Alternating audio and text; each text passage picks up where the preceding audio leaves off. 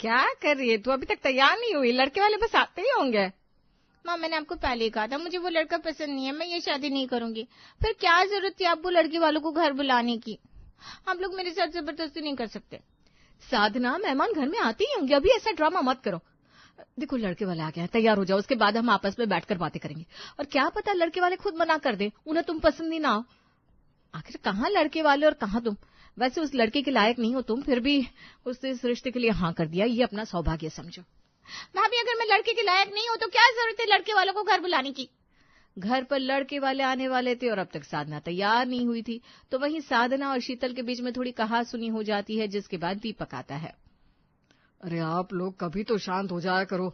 मैं लड़के वालों को लेने रोड पर जा रहा हूँ, उन लोगों को रास्ता समझ में नहीं आ रहा। और साधना, तुम चुपचाप से तैयार हो जाओ, वरना हमसे बुरा कोई नहीं होगा। आप लोगों से बुरा कोई है भी नहीं।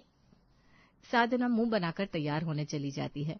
वहीं दीपक भी लड़के वालों को लेने के लिए चला जाता है। कुछ ही देर में लड़के वाले घर आते हैं और पूरा परिवार आपस में बात करता है। अरे आशा बहन, हमारे घर में तो सभी की नौकरी है। मैं खुद भी कॉलेज की प्रोफेसर हूँ, टाइम नहीं मिलता। इसलिए हमने तो सोच लिया हम अपनी बहू को किसी भी चीज के लिए फोर्स नहीं करेंगे। आप बेफिक्र रहो, आपकी बेटी हमारी बेटी है। वैसे बहन जी, बातें तो होती रहेंगी, एक बार रिश्ता जुड़ जाएगा तो। आप पहले लड़की दिखा देते, आखिर बच्चे भी एक दूसरे को आपस में देखेंगे, जानेंगे, बात करेंगे। इसके बाद ही तो हम कोई निर्णय लेंगे। हाँ हाँ, क्यों नहीं। जाओ बहू, साधना को लेकर आओ। विनोद के कहने पर शीतल साधना के कमरे में जाती है और उसे अपने साथ बाहर लेकर आती है। पहली नजर में लड़के वाले साधना को देखकर पसंद कर लेते हैं। बहन, आपकी बेटी तो फोटो से भी ज्यादा सुंदर है। हमें तो लड़की बहुत पसंद है, बाकी बच्चों की रजामंदी भी तो जरूरी है।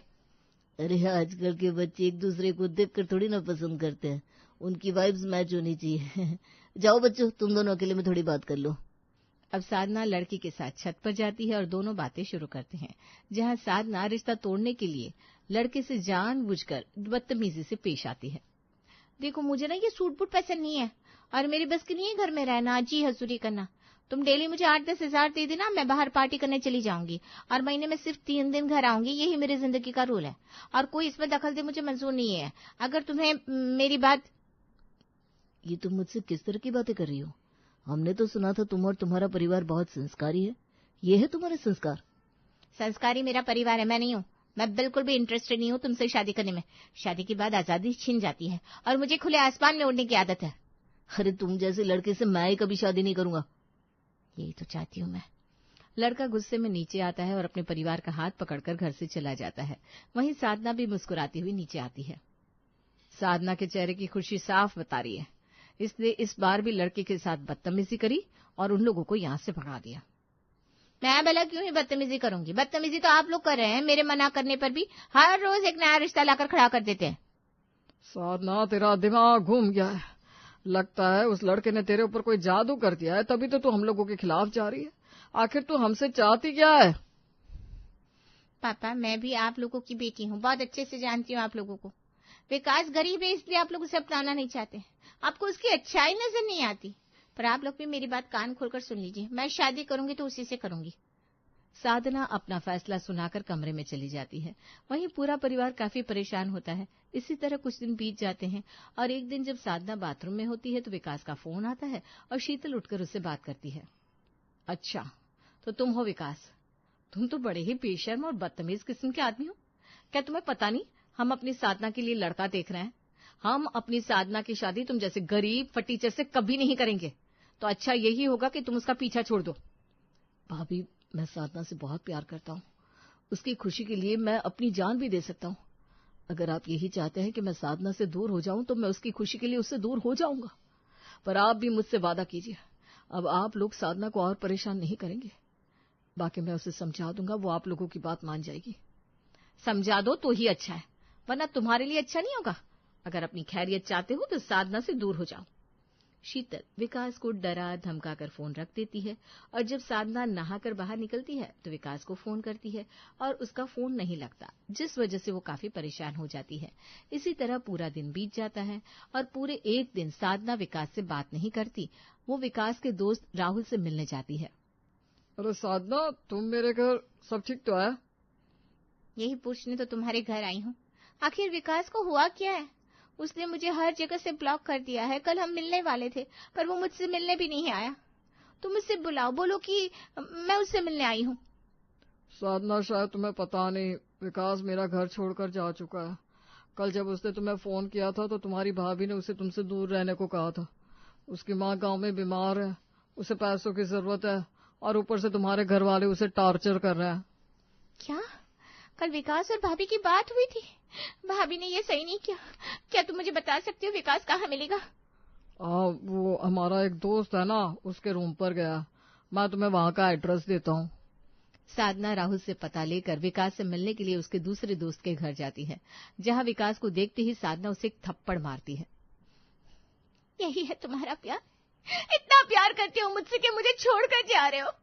तुम्हारे लिए मैं घर में सबसे लड़ रही हूँ और तुम मेरे घर वालों की बात मान रहे हो? अगर इतना सीधा बनकर रहोगे ना तो सब तुम्हारी मासूमियत का फायदा उठाएंगे विकास। साधना, बात को समझो। तुम में और मुझ में जमीन आसमान का फर्क है। कहाँ तुम शहर में रहने वाली पढ़ी लिखी अमीर घराने की लड़की, और कहाँ मैं गांव का रहने वाला गरीब लड़का जो महीने के अच्छे पैसे भी नहीं कमाता। मैं अपना गुजारा नहीं कर पा रहा हूँ, तुम्हारा कहाँ से करूंगा? तुम्हारे माता पिता तुम्हारा भला चाहते हैं, इसलिए तुम उनकी खुशी के लिए वहां शादी कर लो जहां वो कह रहे हैं। ये तुम कह रहे हो विकास? अगर तुम मुझसे ये कह दो कि तुम मुझसे प्यार नहीं करते तो ठीक है, मैं वही शादी कर लूंगी जहां मेरे माता पिता चाहते हैं। बोलो, क्या तुम नहीं चाहते कि हम हमेशा एक साथ खुश रहे? क्या तुम मुझसे प्यार नहीं करते? विकास साधना की किसी भी बात का जवाब नहीं देता और रोने लगता है, जिसके बाद साधना उसे दिलासा देती है और बैग से कुछ पैसे भी। आज मैं तुमसे मिलने के लिए राहुल के घर गई थी। तुम तो मुझे कुछ बताते ही नहीं। राहुल ने मुझे बताया कि तुम्हारी माँ की तबीयत बहुत खराब है और तुम्हें पैसों की जरूरत है, इसलिए तुम ये पैसे रखो और अपने गांव भेजो। मैं अपनी फैमिली को मना लूंगी और देखना, बहुत जल्द तुम भी एक बहुत बड़े आदमी बन जाओगे, और वो भी अपनी मेहनत से। साधना विकास से मिलती है और उसे पैसे देकर अपने घर आती है। घर आते ही पूरा परिवार दरवाजे पर उसे रोक लेता है। कहाँ गई थी? क्यों, आपको पता नहीं? मैं विकास से मिलने गई थी। अब मेरा रास्ता छोड़ो। इतना बोलकर साधना सीधा अंदर जाने लगती है, जिसके बाद शीतल साधना का हाथ पकड़कर कहती है, मैंने उस लड़के जैसा लालची निहायती बदतमीज इंसान आज तक नहीं देखा। मैंने उससे कहा था कि वो तुमसे दूर रहे, और फिर भी तुमसे मिलकर आई हो। जानती भी हो तुम्हारे लिए आज एक और लड़की का रिश्ता आया है। लड़का साइंटिस्ट है, पूरा परिवार बेंगलुरु में रहता है। प्लीज इस रिश्ते के लिए हाँ कर दो। हम तुम्हारे दुश्मन नहीं है, हम तुम्हारा भला ही चाहते हैं। अगर आप लोग मेरा भला चाह रहे होते तो विकास को अपना लेते, पर आप लोगों को तो बस उसकी गरीबी नजर आती है, उसकी अच्छाई नहीं। साधना बिना लड़के को देखे इस रिश्ते के लिए भी मना कर देती है और कमरे में जाकर सो जाती है, जिसके बाद पूरा परिवार आपस में बात करता है। इस लड़की ने तो हमें परेशान करके रख दिया है। पता नहीं उस गरीब फटीचर ने क्या जादू कर दिया है हमारी बेटी पर, जो वो किसी की सुन ही नहीं रही। पर माँ जी, ऐसे कैसे चलेगा? हम उस गरीब विकास के बच्चे को दामाद तो नहीं बना सकते। अगर वो इस घर का दामाद बन गया तो हमारे घर की इज्जत क्या रह जाएगी? माँ, हमें कुछ तो करना होगा, पर क्या करें?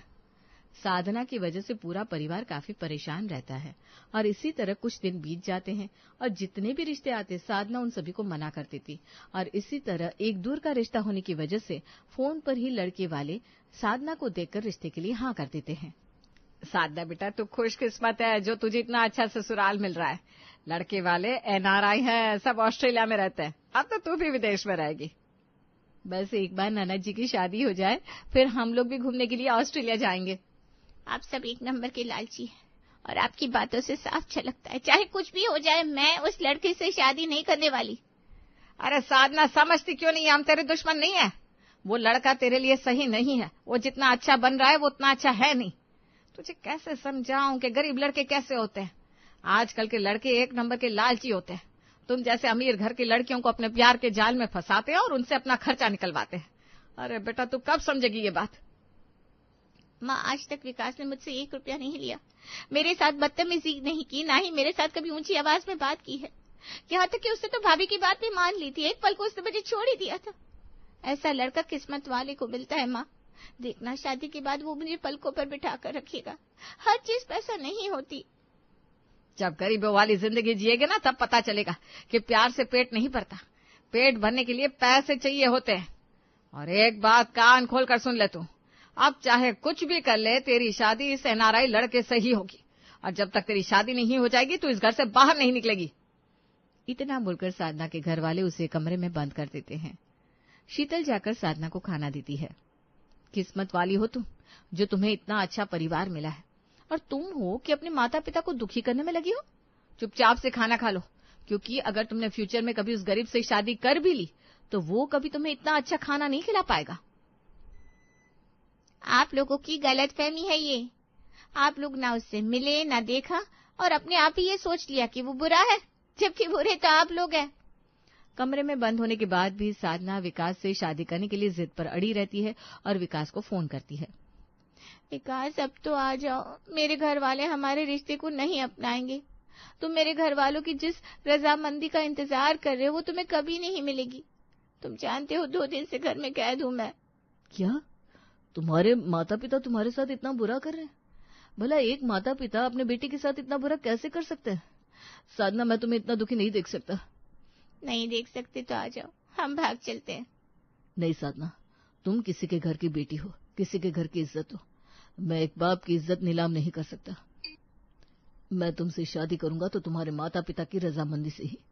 मैं बहुत जल्द तुम्हारे घर आऊंगा और तुम्हारे माता पिता से बात करूंगा। बस एक बार मेरी नौकरी लग जाए। विकास, तुम कितने अच्छे हो, मेरे माता पिता के बारे में कितना सोचते हो, और एक मेरे माता पिता है जिनको अपनी बेटी की खुशी की परवाह ही नहीं है। साधना अपना सारा सुख दुख विकास को बताती है और रोते हुए सो जाती है। अगले दिन जब शीतल दोबारा खाना लेकर आती है तो वो देखती है कि साधना ने रात को खाना नहीं खाया। साधना, तुमने रात को खाना क्यों नहीं खाया? अगर तुम इस तरह खाना नहीं खाओगी और जिद पर रहोगी तो तुम्हारी तबीयत खराब हो जाएगी। आप लोग तो वैसे भी मुझसे प्यार नहीं करते। अगर मैं मर भी जाऊंगी तो क्या ही फर्क पड़ेगा? आपको तो अपनी शान शौकत की पड़ी है ना। ये नहीं कि एक बार विकास से मिल लो, उसको देख लो, जान लो। माना कि वो गरीब है, पर वो बहुत अच्छा है। आपको पता है, जब मैंने उसको ये कहा कि मुझे भगा के ले चलो तो उसने क्या कहा? उसने बोला, मैं किसी के घर की बेटी हूँ, इज्जत हूँ। वो ऐसा कदम नहीं उठाएगा जिससे मेरे घर वालों का मान सम्मान इज्जत मिट्टी में मिले। वो मुझे मान सम्मान के साथ शादी करके ले जाना चाहता है, पर आप लोग जाने तो आप नहीं समझोगे। इतना बोलकर साधना रोने लगती है और खाना फेंक देती है। अब शीतल बाहर आती है और सारी बात घर वालों को बताती है। माँ जी, अगर ऐसा ही रहा तो मुझे नहीं लगता कि साधना हमारी पसंद के लड़के से शादी करेगी। हमें एक बार उस लड़के से मिल लेना चाहिए और साधना को उस लड़के की सच्चाई दिखानी चाहिए कि वो लड़का साधना के लायक नहीं है। तुम शायद सही कह रही हो बहू। अगर हम ऐसे ही जोर जबरदस्ती करते रहे तो साधना की नजरों में हम बुरे बनेंगे। अगर हमें साधना की आंखें खोलनी है तो हमें उस लड़के से मिलना होगा। बहू, तुम जाकर साधना से कह दो 2 दिन बाद वो विकास को घर बुला ले। हम उससे अकेले में कुछ बातें करेंगे, और फिर देखना तुम कैसे उस लालची लड़के की सच्चाई में अपनी बेटी के सामने लाती हो। साधना की आंखें खोलने के लिए पूरा परिवार एक प्लान बनाता है। अब शीतल साधना के पास जाती है और उसे विकास को घर बुलाने को कहती है। अब सच कह रहे हैं, आप लोग विकास से मिलना चाहते हैं? अगर आप लोगों को विकास पसंद आ गया तो आप हमारी शादी करवा दोगे? मैं अभी विकास को बुलाती हूँ। साधना खुशी से झूम उठती है और विकास को फोन करके 2 दिन बाद घर बुलाती है, और खुशी से साधना सबके साथ खाना खाती है। देखते ही देखते 2 दिन बीत जाते हैं। साधना अपने कमरे में तैयार हो रही थी, तभी घर में विकास आता है, जहां पूरा परिवार अकेले में विकास से बात करता है। साधना अभी अपने कमरे में तैयार हो रही है, अभी सिर्फ तुम और हम लोग हैं। तो बताओ बेटा, तुम हमारी बेटी को छोड़ने के लिए क्या लोगे? क्योंकि हम बहुत अच्छे से जानते हैं कि तुम्हें हमारी बेटी से प्यार तो है नहीं। ये आप लोग क्या कह रहे हैं? यानी आप लोग समझ गए कि मैं आप लोगों से क्या चाहता हूँ। मुझे आपकी बेटी में जरा भी इंटरेस्ट नहीं है, और वो तो मेरे प्यार में डूबी हुई है। मुझे इस दिन का कब से इंतजार था। कितनी देर कर दी आप लोगों ने मुझे यहाँ बुलाने में। हम जानते थे कि तुम निहायत ही बदतमीज किस्म के इंसान हो, 1 नंबर के लालची। तो अब अपना मुंह खोलो, तुम जो मांगोगे तुम्हें मिलेगा। बस साधना को छोड़ दो ताकि वो अपना घर बसा सके। दीपक की बात सुनकर विकास अपना एक पैर दूसरे पैर पर रखता है और चप्पल को हाथ में लेकर उन्हें दिखाते हुए कहता है। मेरी घिसी हुई चप्पल को देखकर आपको पता तो चल ही गया होगा मैं कितना गरीब हूँ, मुझे पैसों की कितनी जरूरत है। इसलिए मैं आपकी बेटी को छोड़ने के लिए ज्यादा नहीं, बस 2 करोड़ मांग रहा हूँ। इतना तो आप लोग मुझे दे ही सकते हो। आखिर पैसों से बढ़कर थोड़ी ना कुछ है आपके लिए। अब विकास अपने असली रूप में घर वालों के सामने आता है तो शीतल साधना को लेकर वहां आती है और साधना अपनी आंखों से विकास का असली रूप देख लेती है। आशा अपनी बेटी को देखकर कहती है, देख लिया साधना तूने, तेरा सच्चा प्यार तो 2 करोड़ में बिक गया। अब तू ही इसे 2 करोड़ का चेक काट कर इसके मुंह पर मार दे। तुम्हें मेरे प्यार के बदले 2 करोड़ रुपए चाहिए? मेरे परिवार वाले सही कहते थे, पर मैंने उन्हें ही बुरा बना दिया, जबकि असल में बुरे तो तुम हो जो अच्छे बनने की थाली पीट रहे थे। देखा जाओ यहाँ से, इससे पहले कि मैं तुम्हें सलाखों के पीछे भेज दूं। अच्छा, तो ये आप लोगों की चाल थी, आप लोगों ने ये सही नहीं किया। और तुम? नहीं है मुझे तुमसे प्यार, मैं तुम्हारे पैसों के लिए तुम्हारे साथ था और मैं जा रहा हूं यहाँ से और तुम लोगों को मैं देख लूंगा। अरे अपनी खोखली धमकी अपने पास रखो और निकलो यहाँ से, वरना जिस पैर से टूटी चप्पल पहनकर आए हो ना, उस पैर से चलकर जाने के लायक नहीं बचोगे। सच्चाई जानने के बाद साधना विकास से सारे रिश्ते तोड़ लेती है और साधना का परिवार विकास को बेइज्जत करके घर से निकालता है, जिसके बाद साधना पूरी तरह टूट जाती है और अपने घर वालों से कहती है, आप सब मुझे माफ कर दीजिए। उस विकास के लिए मैंने आप लोगों को इतना दुख पहुंचाया, आप लोगों को बुरा समझा, जबकि बुरा तो मेरा प्यार था। आप जहाँ बोलोगे मैं वहां शादी करूंगी, मुझे वो एनआरआई लड़का पसंद है। साधना की बात सुनकर पूरा परिवार काफी खुश होता है। इसी तरह कुछ महीने बीत जाते हैं और बहुत जल्द साधना शादी करके ऑस्ट्रेलिया शिफ्ट हो जाती है और अपने पति के साथ एक खुशहाल जिंदगी जीती है।